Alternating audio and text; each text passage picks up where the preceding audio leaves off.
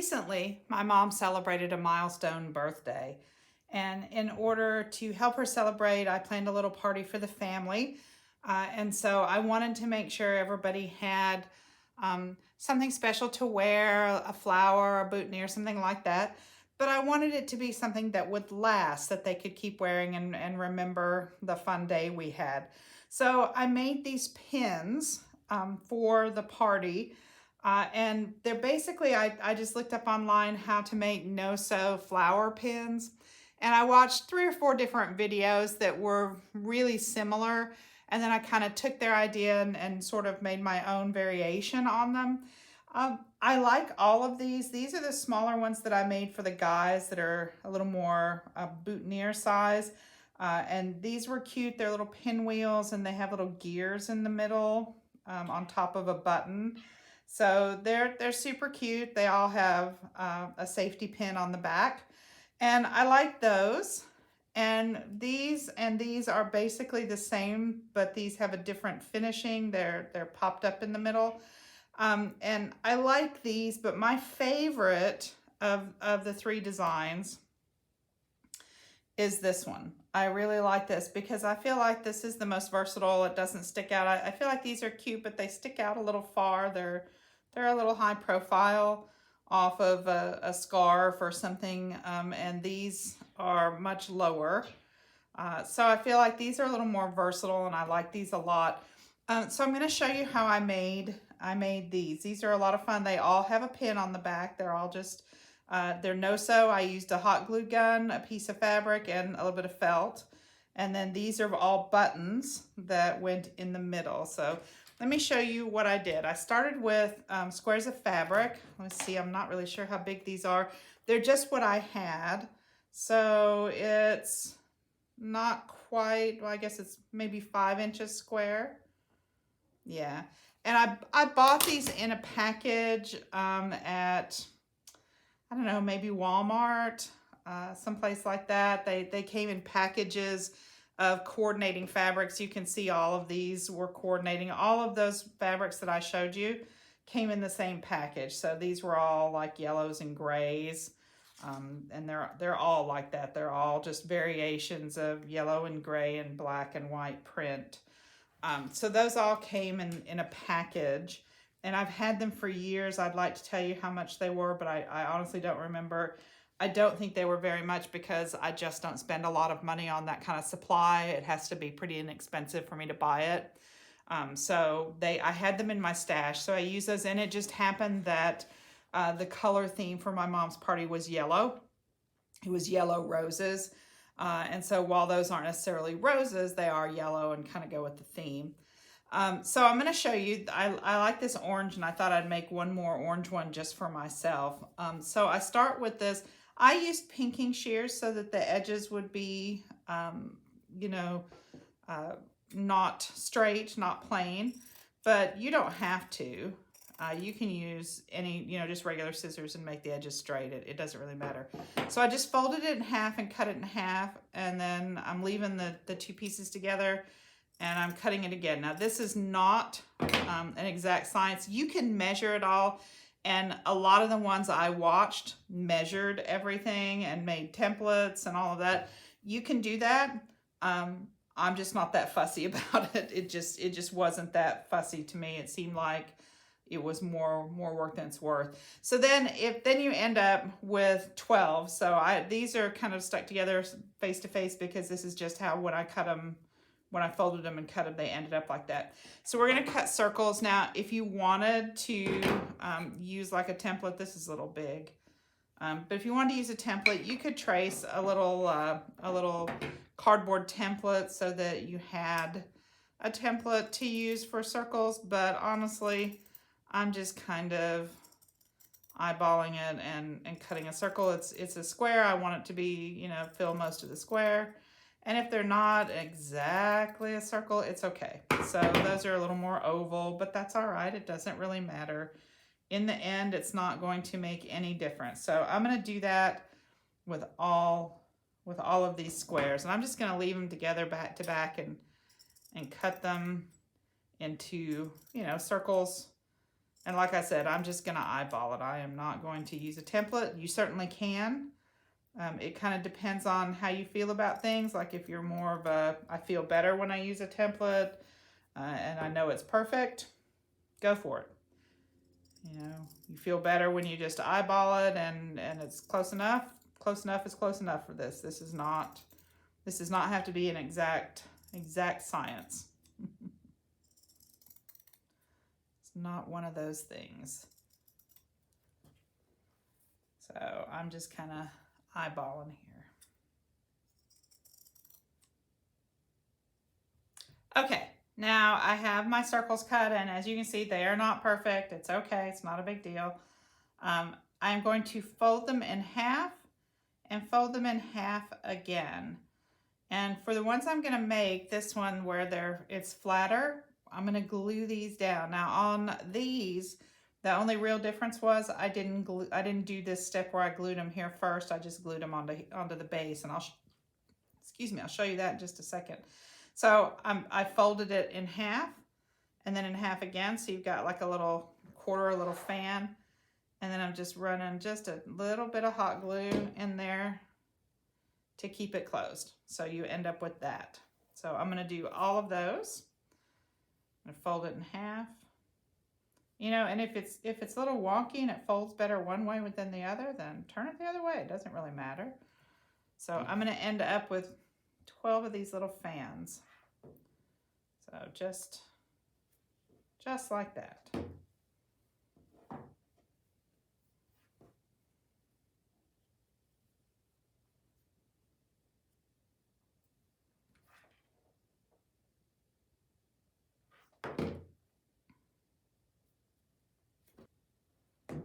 Okay, that's the last one.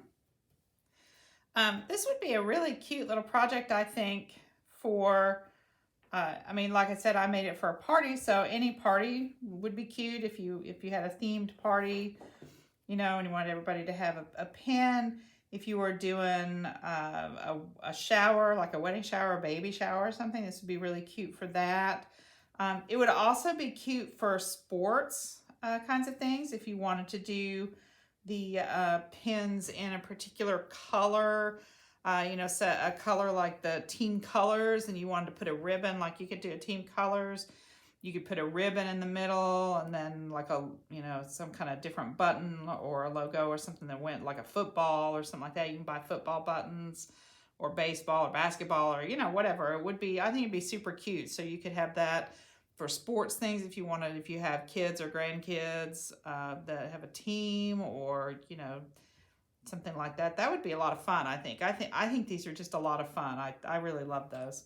All right, so now that I have my 12 little kind of fan shapes, I have a 1-inch square. It's about an inch. I mean, and I kind of eyeballed it. It's not exact. You can see it's not exactly straight. I mean, I guess I could straighten it up a little bit. I have a 1-inch square of felt that I'm going to use as the base. Okay, so I'm going to start in the corners, and I'm going to put just a little bit of hot glue on here, and I'm going to lay my fan in the corner there. And then I'm going to do each of the corners. So we're just going to build the layers here. There's 3 layers of 4. So we're just going to build those by going around the base. So right now we have a gap. We're going to fill that gap with the next layer, and then we're going to fill the next gap with the top layer. Okay. There. So there's our first layer. And then the second layer we're going to just put between, the gaps here. So we're just going to put some glue right between. And we're going to lay that one right between it. If it, you know, if you end up being really wonky like this, is kind of sticking out a little far, I might trim that later. After I finish it, I'll see how it looks and decide if I need to trim it. But, you know, it's a pin made from fabric. You know, it's a flower pin. So flowers aren't totally even and symmetrical and stuff all the time. So, you know, don't worry about it. This is not a high stress perfection kind of craft.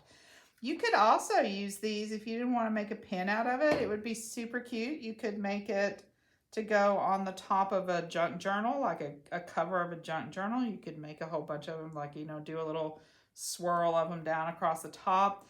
They would be cute. You could glue them to, you know, some other, like a letters, like you could do a shape of a letter, you know, something like that. You could do like an eye. You know, you could do that on a canvas or a board or something and make a wall hanging.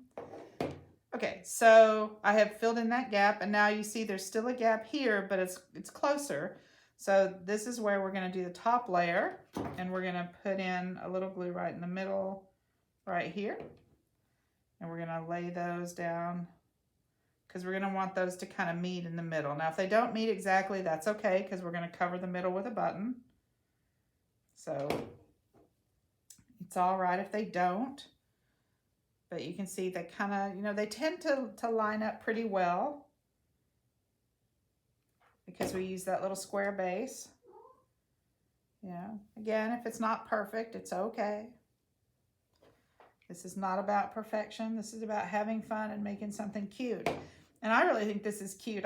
Orange is one of my favorite colors. I really like orange. It's so vibrant and bright. And I'm an alumni. I'm a UT alumni, so orange is definitely, you know, a color that I want to stick with.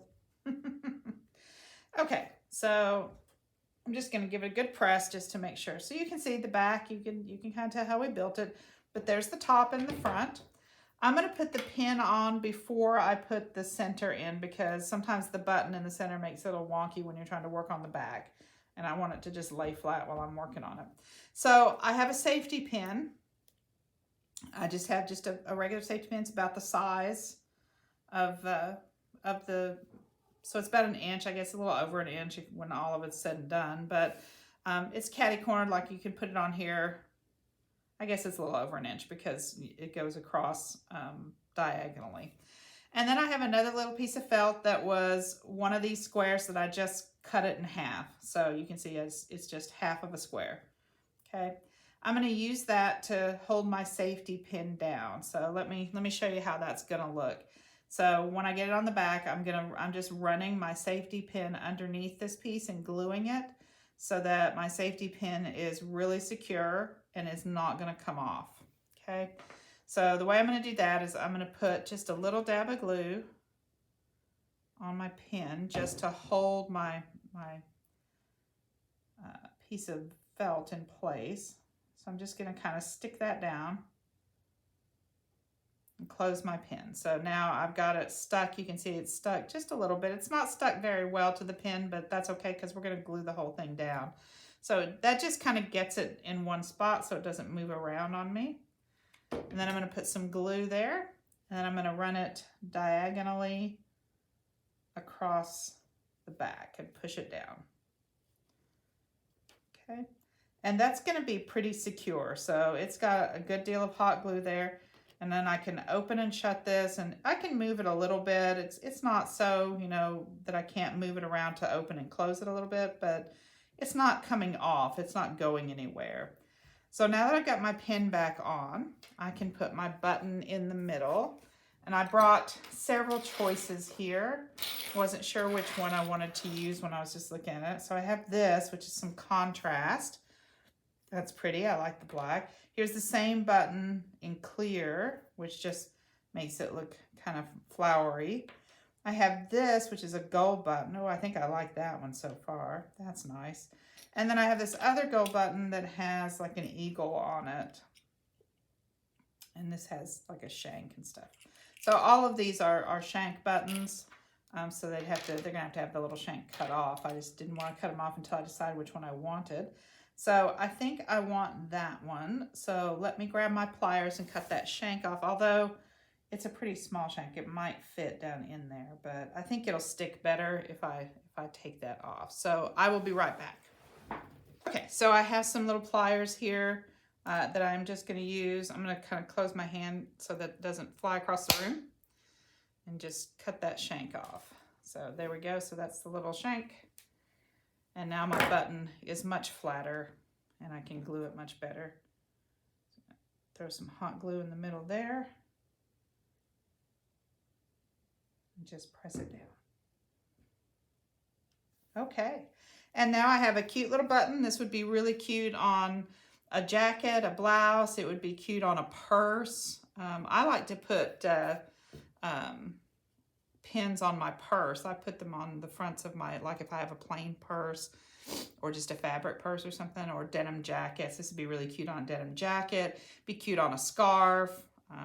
You could use, you know, maybe magnets to hold something if you wanted to glue a magnet to the back and put it on your refrigerator, or a whiteboard. They're really cute. Be really cute magnets on a whiteboard. So I think you could do lots of things with these. And this is a really fast no-sew. You see, I made that pretty quickly. Over here, I made 12 of those in pretty fast, just, you know, maybe an hour. It took me to do them all, because once you figure it out, like, it was okay. The first one took me a while because I had to figure it out, but after I figured it out, it was good.